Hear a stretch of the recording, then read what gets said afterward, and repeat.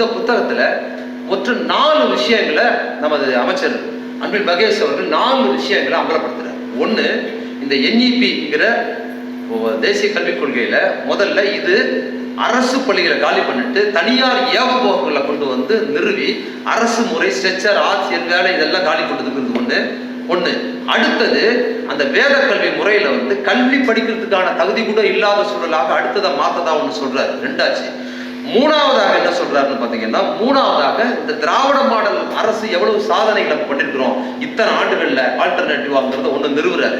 இதெல்லாம் நிறுவனத்துக்கு பிற்பாடு நான்காவதாக அவரை அறியாமலே ஒரு காரியத்தை நிறுவுறாரு. என்னன்னா, நமது பள்ளிக்கல்வித்துறை அமைச்சர் அன்பில் மகேஷ் அவர்கள் பள்ளிக்கல்வித்துறை அமைச்சராக வந்ததுக்கு பிற்பாடு அவர் மீது ஏராளமான அவதூறுகளை கட்டமைச்சிட்டார். அவர் இப்படி போயிட்டார். இது வந்து சங்கிகள் எதிர்நிலையில் உள்ளவங்க மட்டும் இல்ல, ஆதரவானவர்கள் கூட அவர் வந்து சங்கிகளுக்கு உதவி பண்ணிட்டாரு, அவர் இப்படி பண்ணிட்டாரு, அந்த மாதிரி பண்ணிட்டாரு, பள்ளிக்கல்வித்துறை அப்படி பண்ணிட்டாருன்னு ஆதரவானவர்கள் கூட அவருக்கு எதிரான ஒரு அரசியலை மிக தீவிரமா கட்டமைச்சாங்க. பாத்தீங்களா?